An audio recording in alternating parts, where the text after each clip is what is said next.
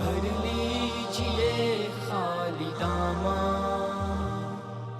پا لیجئے فیض رمضان، فیض رمضان، فیض رمضان۔ مفتی صاحب، آج ہر گزرتے دن کے ساتھ ایک نیا پارہ آ رہا ہے اور اس میں واضح طور پر دیے گئے پیغامات موجود ہیں۔ گزارش کریں گے کہ فرمائیے گا آج کے پارے میں اللہ رب العالمین کے کیا احکامات ہیں؟ بسم اللہ الرحمن الرحیم۔ آج کے پارہ جو ہے وہ 12واں پارہ ہے، وہ ما من دابہ، جس کی چند آیت میں نے پڑھی آپ کے سامنے۔ جی، یہ پارہ جو ہے ویسے تو ان آیات سے شروع ہوتا ہے جہاں سے میں نے تلاوت کی ہے، لیکن اس سے پہلے چند آیات پہلے سورہ ہود شروع ہو رہی ہے۔ جی، اس پارے کے اندر اللہ رب العزت نے انبیاء کرام علیہم الصلاۃ والسلام کی زندگی اور ان کے اپنے اقوام کے ساتھ جو ڈائلاگ اور مباحثے ہوئے ہیں اس کو نقل کیا ہے، اور خاص طور پر قوم عاد جن کی طرف حضرت ہود علیہ السلام کو نبی اور پیغمبر بنا کر بھیجا گیا تھا، ان کا تذکرہ ہے، اور بتایا ہے کہ ہم ہر ایک کے رزق کا بندوبست کرتے ہیں اور اس کے عارضی اور اس کے ظاہری ہر قسم کے مستقر سے اور جگہ سے ہم واقف ہیں۔ عارضی اور مستقل پتہ ہمیں معلوم ہے۔ پھر قرآن کریم کی حقانیت کا تذکرہ ہے اور چیلنج ہے کہ اس جیسی صورتیں بنا کر لاؤ، اور اس کے ساتھ ہی ایمان والوں کو اور کافروں کا مقابلہ کرتے ہوئے کہا کہ لا جرم انہم فی الآخرۃ هم الاخسرون، کہ یہ لوگ جو کفر کی تاریکیوں میں ڈوبے ہوئے ہیں یہ سب سے زیادہ خسارے میں ہوں گے قیامت کے دن۔ اور ان الذین آمنوا وعملوا الصالحات واخبتوا الی ربہم، جو رب کی طرف جھک گئے ایمان و عمل صالح کے ساتھ، وہ کامیاب ہیں۔ اولئک اصحاب الجنہ، وہ جنت کے حقدار بنیں گے۔ پھر اللہ نے کہا مثل الفریقین کالاعمی والاصم والبصیر والسمیع، یہ دو فریق ہیں، ان کی مثال ایسے ہے جیسے اندھا بہرا اور اس کے مقابل میں دیکھنے والا اور سننے والا ہے۔ پھر حضرت نوح علیہ السلام کی زندگی کا تذکرہ ہے۔ نوح علیہ السلام نے قوم کو دعوت دی تو قوم نے سب سے پہلا یہ اعتراض اٹھایا کہ آپ پر ایمان لانے والے، آپ کے تابعداری کرنے والے لوگ قوم کے نچلے طبقے سے تعلق رکھتے ہیں، ان کی حیثیت معاشرتی اعتبار سے ہم سے بہت کم تر ہے۔ نوح علیہ السلام نے واضح طور پر کیا، میں تو دعوت کا پیغام لے کر آیا ہوں، وہ اس سے کوئی معنی نہیں رکھتا کہ اس کو قبول کرنے والا معاشرتی اعتبار سے کس لیول اور کس درجے کا ہے۔ وما انا بطارد الذین، تمہارا یہ خیال ہے کہ تمہاری اس دولت، اس گھمنڈ سے متاثر ہو کر میں ان غریب اور کمزور طبقے کے افراد کو چھوڑ دوں گا، میں ایسا کرنے والا نہیں ہوں۔ جب بحث مباحثہ بڑا ہے تو قوم نے کہا قالوا یا نوح قد جادلتنا، بڑی بحثیں ہو گئی ہے، فاکثر تجدالنا، بحثوں نے طول بھی پکڑا ہے، لہذا جو تم کہتے ہو لے آؤ، جو کرنا ہے سو کر گزرو۔ نوح علیہ السلام نے دعا کی۔ نوح علیہ السلام کی دعا کے نتیجے میں اللہ پاک نے انہیں کشتی بنانے کا حکم دیا۔ قوم ایسے علاقے میں تھے جہاں کشتی کے بنانے کا سوال ہی پیدا نہیں ہوتا تھا، انہوں نے مذاق اٹھایا، کہا تم تو مذاق اب اڑا رہے ہو، پھر وقت آئے گا ہم تمہارا مذاق اڑائیں گے۔ پھر وہ کشتی جو ہے وہ جب تندور سے پانی نکلا، آسمان سے طوفانی بارشیں برسی، تو کشتی اس بھنور کے اندر جہاں سب ڈوب گئے اللہ نے کامیابی سے نکالا۔ اور اسی دوران نوح علیہ السلام کا بیٹا جو غلط صحبت اور بری مجالس و ہم نشینی کی وجہ سے راہ راست سے ہٹا ہوا تھا، وہ بھی نظر آیا۔ نوح علیہ السلام نے کہا آجو کشتی میں سوار ہو جاؤ، اس نے کہا نہیں، سآوی الی جبل یعصمنی من الماء، پہاڑ پہ چڑھ جاؤں گا، بچے کہا کہ آج کوئی نہیں بچا سکتا۔ نوح علیہ السلام نے اللہ سے دعا کی، اللہ میرا بیٹا، کہا انہ عمل غیر صالح، تمہارا بیٹا ضرور ہے لیکن تمہارا اہل نہیں ہے۔ اہل کی بنیاد قرآن نے بیان کی دی کہ اہل کی بنیاد ایمان اور عمل صالح ہے، کہ ایمان والے کی رشتہ داریاں خون کی رشتہ داریوں سے بڑھ کر جو اس کے ساتھ تعلقات ہوتی ہیں وہ ایمان اور عمل صالح کی بنیاد پر وہ رشتہ داریاں ہوتی ہیں، وہ رشتہ داریاں خونی اور قرابت داری کی نہیں ہوا کرتی۔ اس کے بعد جو ہے قوم عاد کا تذکرہ ہے، ہود علیہ السلام کی دعوت فکر ہے۔ ہود علیہ السلام نے قوم کو دعوت دی، قوم سامنے آئی۔ ہود علیہ السلام نے قوم سے کہا کہ دیکھو میں نے تم سے کسی تنخواہ کا، کسی اجرت کا، کسی معاوضے کا یا کسی مالی مفادات کا مطالبہ نہیں کیا۔ لا اسألکم علیہ اجرا ان اجری الا علی الذی فطرنی، جس نے پیدا کیا میں اس سے مطالبہ کر رہا ہوں، میں صرف رضائے الہی کی خاطر یہ کام کر رہا ہوں۔ لہذا قوم تم اللہ سے معافی مانگو اور اس سے توبہ کرو، اس کے نتیجے میں اللہ کی رحمتیں تم پر برسیں گی، بارشوں کی جو ہے بہتات ہوگی، تمہاری زمین سونا اگلے گی، اللہ تم پر زمین و آسمان سے رحمتیں برسا دے گا۔ لیکن قوم نہ مانی، نتیجتاً اللہ پاک نے ہود علیہ السلام کی بد دعا کے نتیجے میں پوری قوم کو تباہ و برباد کر دیا۔ اس کے بعد قوم سمود جن کی طرف صالح علیہ السلام کو نبی اور پیغمبر بنا کر بھیجا گیا، صالح علیہ السلام نے ان کو دعوت دی، قوم ہٹ دھرمی پہ آئی اور ضد اور عناد میں اس قدر آگے بڑھ گئی کہ ایسے بیہودہ قسم کے مطالبے انہوں نے شروع کر دی جن کا حقیقت سے کوئی تعلق۔ کہا جی یہ پہاڑ میں سے ایک اونٹنی نکالو جو غابن ہو، بچہ جنے، ہم مان لیں گے۔ ان کے اس قسم کے بھونڈے مطالبات کو بھی پورا کر دیا گیا۔ جب وہ اونٹنی آئی تو انہوں نے بجائے اس کے کہ ایمان لاتے، انہوں نے اس اونٹنی کو کاٹ ڈالا، جس کے نتیجے میں اللہ کی پکڑ میں آ گئے۔ 3 دن کی مہلت کے بعد تباہ و برباد کر دیے گئے۔ اس کے بعد ابراہیم علیہ السلام کی، اسحاق و یعقوب علیہ السلام کی ولادت کی بشارت کا تذکرہ ہے۔ پھر قوم لوط جن کی طرف اللہ کے فرشتے گئے، قوم کی بیہودگی اور ان کی ہم جنس پرستی کے اس سارے چیزوں کا تذکرہ ہے۔ پھر قوم شعیب کا تذکرہ ہے کہ حضرت شعیب علیہ السلام نے دعوت دی اور انہیں سمجھایا کہ دیکھو یہ ناپ تول میں کمی، دوسروں کے حق میں ڈنڈی مارنا ایک اچھی چیز نہیں ہے۔ جب ان کے کاروباری اور مالی تجارتی حرام کاریوں اور ان کی ان چیزوں کے اوپر قدغن لگائی شعیب علیہ السلام نے، تو قوم نے بجائے اس کے کہ اسے بات کی تو ان کا قالو یا شعیب اصلاتک تأمرک، یہ جو تو نمازیں پڑھتا ہے، عبادتیں و بندگیاں کرتا ہے، یہ تجھے یہ کہتے ہیں کہ تم ہمارے کاروباری کام معاملات میں ٹانگ اٹکاؤ، ہماری کاروباری زندگی میں دخل اندازی دو، ہماری تجارت ہم جانیں، ہمارا پیسہ ہماری دولت ہم جیسے چاہیں، تم کون ہوتے ہو؟ او ان نفعل فی اموالنا ما نشاء انک لانت الحلیم الرشید۔ ہم تو بڑا صوفی بزرگ نیک متقی سمجھتے، تو بڑا نیک آدمی ہے یار، نیک آدمیوں کا یہ کیا کام ہے، تم وہ تو صوفی آدمی دوسروں کی زندگی میں دخل نہیں دیتے۔ شعیب علیہ السلام نے ایک تو ان کے سامنے ذکر کر دیا کہ دیکھو جو بھی اللہ مجھے رزق دے رہے ہیں وہ تمہارے دینے سے نہیں ہے، تم یہ خام خیالی جو تمہارے ذہن میں آئی ہوئی ہے کہ ہماری مالی تعاون سے شعیب کی زندگی چل رہی ہے، یہ تمہاری بھول ہے، مجھے تو اللہ رزق دے رہے ہیں۔ اور دوسری بات یہ ہے کہ تم مجھے یہ کہہ رہے ہو کہ اگر تم خاندان کے نہ ہوتے تو ہمیں مار دیتے، کیا تمہیں اللہ کی عزت، ناموس و تقدس کا خیال نہیں ہے؟ میرے خاندان کا زیادہ خیال ہے، یعنی میرے خاندان سے ڈر رہے ہو، اللہ کے پکڑ اور اس کے عذاب سے نہیں ڈر رہے، یہ تو بے انتہائی قسم کی نامعقولیت کی بات ہے۔ پھر حضرت موسیٰ علیہ السلام، حضرت عیسیٰ علیہ السلام کا تذکرہ، پھر جنت اور جہنم کا تذکرہ کرتے ہوئے فرمایا فَأَمَّا الَّذِينَ سُعِدُوا فَفِي الْجَنَّةِ، جو نیک بختیاں لے کر دنیا سے گیا وہ جنت کا مستحق ہے، وَأَمَّا الَّذِينَ شَقُوا فَفِي النَّارِ، جو بدبختیوں کے ساتھ دنیا سے گیا وہ جہنم کا ایندھن بن جائے گا۔ پھر داعی کی کچھ صفات ذکر کی گئی ہیں، وہ داعی کی سب سے پہلی صفت یہ قرآن کریم فَاسْتَقِمْ كَمَا أُمِرْتَ، جو کہا گیا اس پر ڈٹ کر کھڑا ہو۔ داعی کی بنیادی اس کے پاؤں میں کسی طور پر تزلزل اور لغزش اور کسی طور پر جو ہے قدم ڈگمگانے نہیں چاہیے داعی کی۔ اور دوسرا حکم دیا وَلَا تَرْكَنُوا إِلَى الَّذِينَ ظَلَمُوا، داعی کسی ظالم کی جانبداری نہیں کیا کرتا، ظالم جو ہے اس کی طرفداریاں داعی کی زبان سے نہیں ہوا کرتی۔ تیسری، داعی جو ہے وَأَقِمِ الصَّلَاةَ طَرَفَيِ النَّهَارِ وَزُلَفًا مِّنَ اللَّيْلِ، وہ نماز سے اللہ کی مدد اور نصرت ساتھ لیا کرتا تھا۔ اور چوتھی صفت یہ ہے کہ وہ صبر کے دامن کو ہاتھ میں تھامے رکھتا تھا اور اللہ کی مدد کا یقین رکھتا ہے۔ یہ داعی کی بنیادی صفات اس صورت کے آخر میں، یہ تمام انبیاء داعی تھے، ان کی قوم کی دعوت کا تذکرہ کر کے امت محمدیہ کے داعیوں کو یہ پوری ان صفات کو اپنانے کی ترغیب دی گئی۔ اس کے بعد سورہ یوسف، اس سورت کے اس پارے کا ایک حصہ، سورہ یوسف کا اس پارے میں ایک حصہ جو ہے، یعنی ان کی جو ہے نبوت ملنے کے ان کو بادشاہت ملنے سے پہلے کا جو زندگی کا حصہ ہے وہ اس پارے میں ہے، اور بادشاہت ملنے کے بعد زندگی کا حصہ دوسرے 13ویں پارے کے اندر ہے۔ ابتداءً یوسف علیہ السلام قرآن کی حقانیت کا تذکرہ ہے اور اسے احسن القصص قرار دیا گیا، بہترین قصہ۔ قرآن کریم ویسے قصے بیان نہیں کرتا، لیکن ایک قصے کو بحیثیت قصہ قرآن نے ذکر کیا۔ وجہ اس کی یہ ہے، علماء نے لکھا کہ حضرت یوسف علیہ السلام کی زندگی کا اور حضرت محمد رسول اللہ صلی اللہ علیہ وسلم کی زندگی میں بے شمار مماثلت تھی۔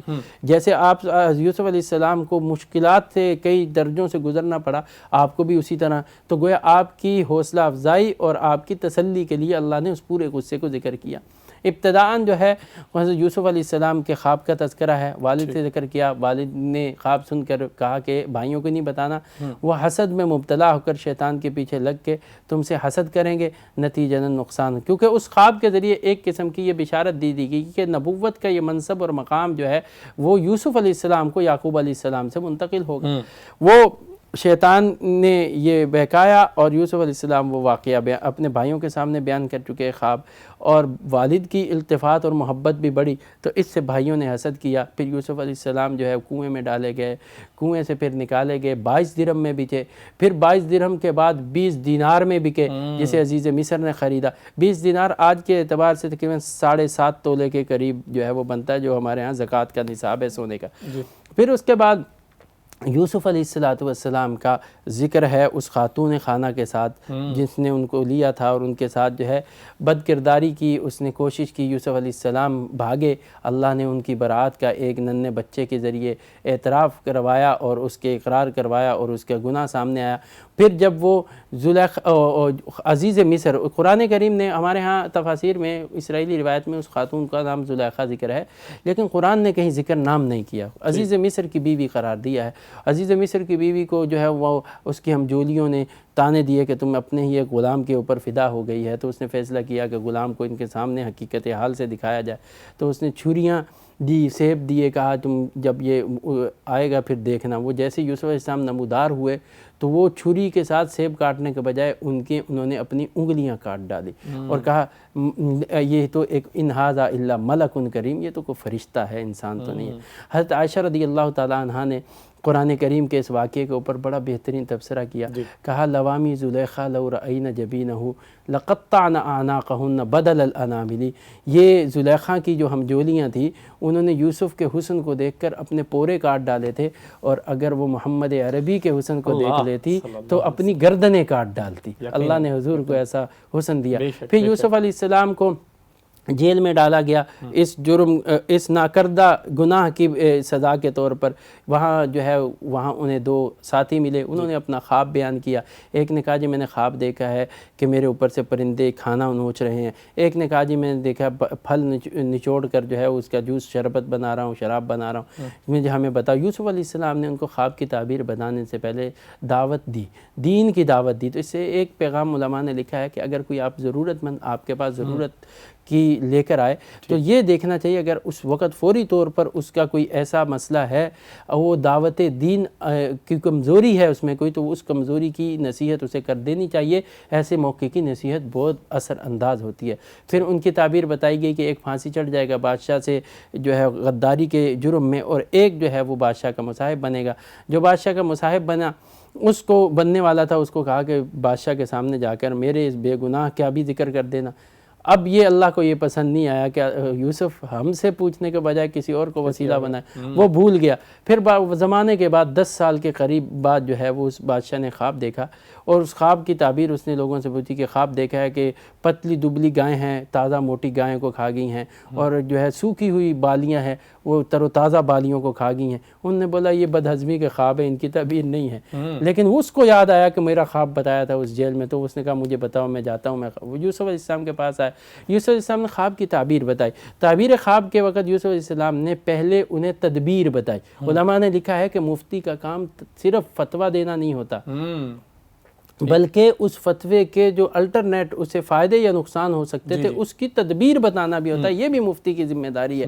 اور اس کے بعد یوسف علیہ السلام کی برات کا اعلان ہے، اور بادشاہ نے انہیں اپنا مصاحب خاص بنانے کا اعلان کیا۔ جی بالکل ٹھیک ہے، تو یہاں اس پارے کا اختتام ہوتا ہے۔ سعد بھائی اختتام سے ہی میں سوال آپ سے لے لیتا ہوں۔ پہلے تو یہ بتائیے گا کہ حسد کا ذکر آیا، اچھا حسد ایک ایسی بیماری ہے کہ اس میں کوئی بھی کسی بھی وقت مبتلا ہو سکتا ہے، پڑ سکتا ہے۔ حسد ہے کیا؟ تھوڑا سا اس پہ بات کیجیے گا، اور ساتھ ہی یہ بتائیے گا کہ اس سے ہم اپنے آپ کو بچا کیسے سکتے ہیں، محفوظ رکھنے کا کیا طریقہ ہے؟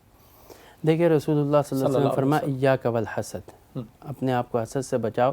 فرمایا یہ نیکیوں کو ایسے کھا جاتا ہے جیسے آگ لکڑی کو کھا جاتی ہے، اتنی تیزی سے انسان کے سارے اعمال کو ضائع کرتا ہے۔ حسد کہتے کتنے ہیں بیسیکلی کہ اللہ کی نعمتیں جو حاصل ہوئی ہیں کسی کو، ان نعمتوں کے اوپر انسان کہے کہ یہ اس کو کیوں حاصل ہوئی، اور اس سے ان نعمتوں کے زوال اور ختم ہونے کی خواہش و تمنا رکھنا کہ یہ اس سے ختم ہو جائے، مجھے ملے یا نہ ملے، اس کے پاس نہ رہے، اس کے پاس نہیں۔ یہ ہے حسد۔ یہ حاسد جو ہے جہاں اور بے شمار قسم کی مفاسد کا شکار تھا، وہاں جو ہے وہ اللہ کے سب سے بڑی اللہ کی ربوبیت پہ اعتراض ہے اس کو جو یہ نعمت ملی ہے وہ اللہ رب العزت نے دی ہے، تو گویا وہ اعتراض اللہ کی ذات پر کر رہا ہے کہ اللہ نے یہ نعمت اسے کیوں دی۔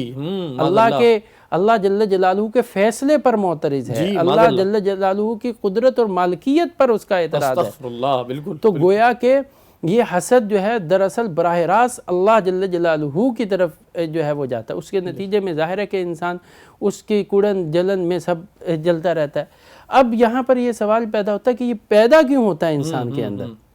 اس کی وجہ یہ ہے کہ انسان جو ہے اللہ کی عطا کردہ نعمتوں کو اپنی تنگ نظری سے دیکھتا ہے، اس کا دائرہ کار محدود ہوتا ہے۔ یوں سمجھے کہ ایک دفعہ رسول اللہ صلی اللہ علیہ وسلم صحابہ کی مجلس میں بیٹھے تھے، تو ایک بدو دیہاتی آیا، اس نے جلدی جلدی نماز پڑھی، اور نماز پڑھ کے اس نے دعا شروع کی، اللہم ارحمنی و محمدا ولا ترحم معنا احدا، اللہ مجھ پر اور محمد پر رحم فرما، ہمارے علاوہ کسی پر رحم نہ فرما۔ حضور صلی اللہ علیہ وسلم مسکرا دیے، فرمایا لقد حجرت واسعا، اللہ کی رحمت اتنی وسیع ہے، اس کو اس نے محدود کر دیا۔ اب بندہ سوچتا ہے کہ یار یہ اس کو جو مل گئی ہے، پتہ نہیں مجھے ملے گی نہیں ملے گی، مجھے حاصل ہوگی یا نہیں ہوگی۔ وہ اسی کڑن اور جلن میں، چونکہ وہ دیکھ رہا ہوتا ہے وہ اس کو مل گئی ہے، میرے پاس نہیں ہے، میرے پاس نہیں ہے، اور وہ سمجھ رہا ہے کہ شاید وہ ختم ہی ہو گئی ہے اللہ کے خزانے سے کہ مجھے نہیں ملے گی۔ اس لیے علماء نے لکھا ہے کہ حسد ناجائز ہے، غیبتہ جائز ہے، رشک کیا جا سکتا ہے۔ کسی کو نعمت ملی، کہا اللہ نے بہت اس کو نعمت دی، لیکن اس کے ساتھ کہ ٹھیک ہے اللہ پاک تو نے اسے دی، مجھے بھی دے دے، اس کے خزانے میں کوئی کمی ہے۔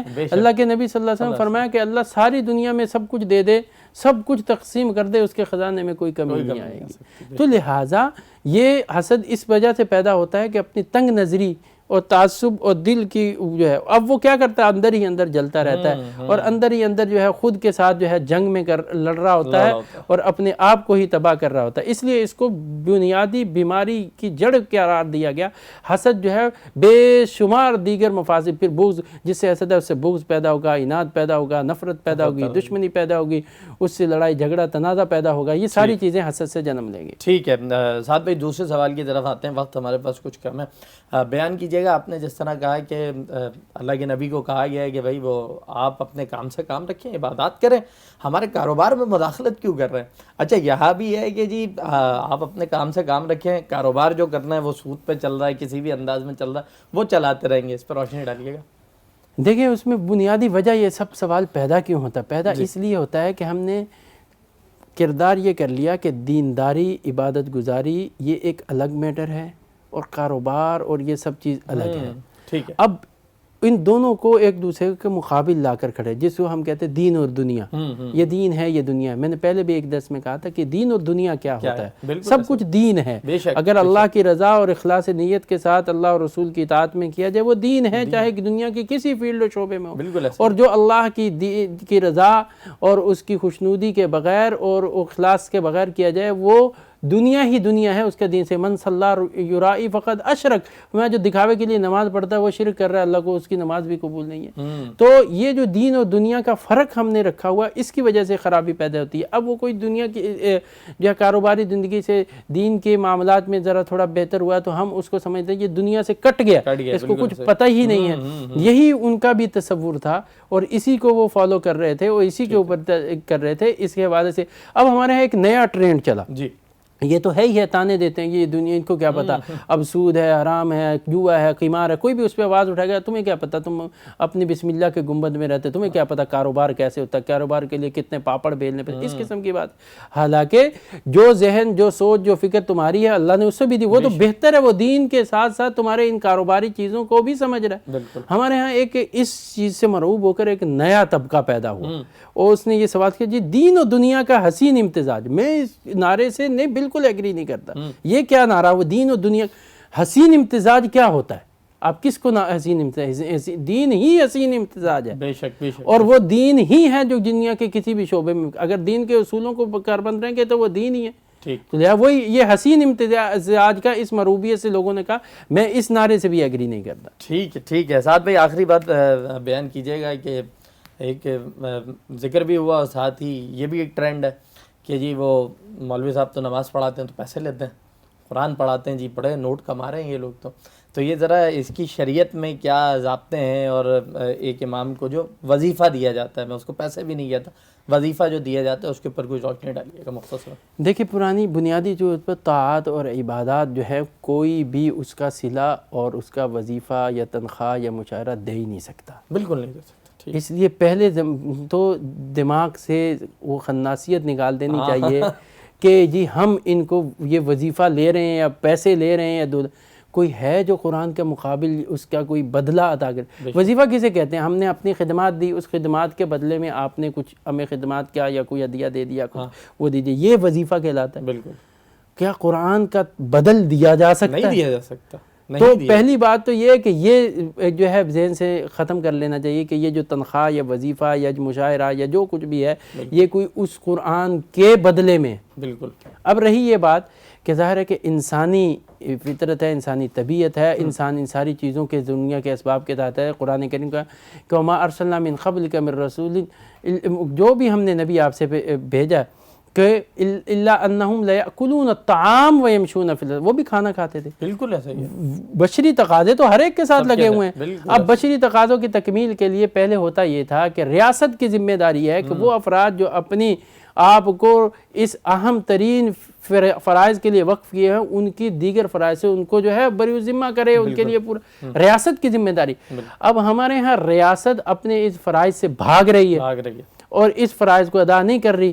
ریاست کو چاہیے کہ ایسے قراء کو، علماء کو، حفاظ کو، خطباء کو، علماء کو گرانٹ جاری کرے، ان کے وظیفے مقرر کرے، ان کو بہتر جو ہے معاشی وسائل ملے تاکہ وہ دل جمی کے ساتھ ان خدمات کو. لیکن ہماری ریاستیں تو اس سے بہت دور ہیں. بالکل. اب نتیجتاً اگر یہ افراد بھی اس سارے چیز کو فالو کرتے ہوئے دنیا کی طرف نکل جائیں، ان کمانے کھانے کے وسائل کے جمع کرنے، تو یہ فریضہ پیچھے رہ جائے گا. قرآن کون پڑھائے گا، حدیث کون پڑھائے گا، دینی خدمات کون انجام دے گا؟ ایک انسان ہے، ایک ننھی سی جان ہے، کہاں جائے گی، کیا کرے گا؟ صحیح بات. اب ایک مولوی صاحب جو ہیں وہ نماز پڑھاتے ہیں، ان کا کام جو ہے وہ بولٹن میں ہے، وہ بولٹن سے سائٹ میں ہر نماز کے لیے کیسے آئیں گے، کیسے جائیں گے؟ بالکل ایسا ہی ہے. تو اس لیے علماء نے متفقہ طور پر یہ فیصلہ کیا کہ عوام الناس کے جو ہدایہ ہیں ان ہدایوں کو ان کی خدمت میں پیش کر کے ان سے گزارش کی جائے کہ ہم آپ کی ضرورت پورے کریں گے، آپ ہمارے بچوں کی ضرورت پورا کریں. ہم اپنے آپ کو، اپنے مال کو آپ کے لیے وقف کرتے ہیں، آپ اپنے وقت کو ہمارے بچوں کے لیے وقف کرتے ہیں. تو یہ وقت جو وہ دے رہے ہیں، ٹائمنگ ہے اس کا مشاہدہ. اور پھر اس پہ بھی سوال بنتا نہیں ہے دیتا کتنے ہیں آپ؟ ایک امام کی تنخواہ آپ 10-12 ہزار دے کر اس پہ کس چیز کا احسان دیتا ہے؟ مزدور اس سے زیادہ کماتا ہے. عام مزدور اس سے زیادہ. وہ ایک مولوی صاحب نے یہ بات ایک دفعہ کہی خطبے میں، انہوں نے کہا جی آج دعا کرو، میں 20 سال ہو گئے یہاں لگا ہوں، اب چلتے چلتے میری تنخواہ 12,000 ہو گئی. یا اللہ اس مسجد کی کمیٹی کو، اس مسجد کے ممبران کو، یہاں مقتدین کو، سب کی تنخواہ اتنی کر دی جتنی میں کو. بولو آمین. سب چپ کا ڈر لگ گیا. اب دیتے بھی اس کو وہ ایسا ہے کہ جس میں وہ صرف اپنی زندگی کی باغ دوڑ چلا رہا ہے، بس اس سے زیادہ کچھ نہیں. اس پہ بھی آپ کا اعتراض ہے تو پھر اللہ ہی جانتا ہے کیا. بالکل. ٹھیک ہے جی، بہت شکریہ سعد بھائی.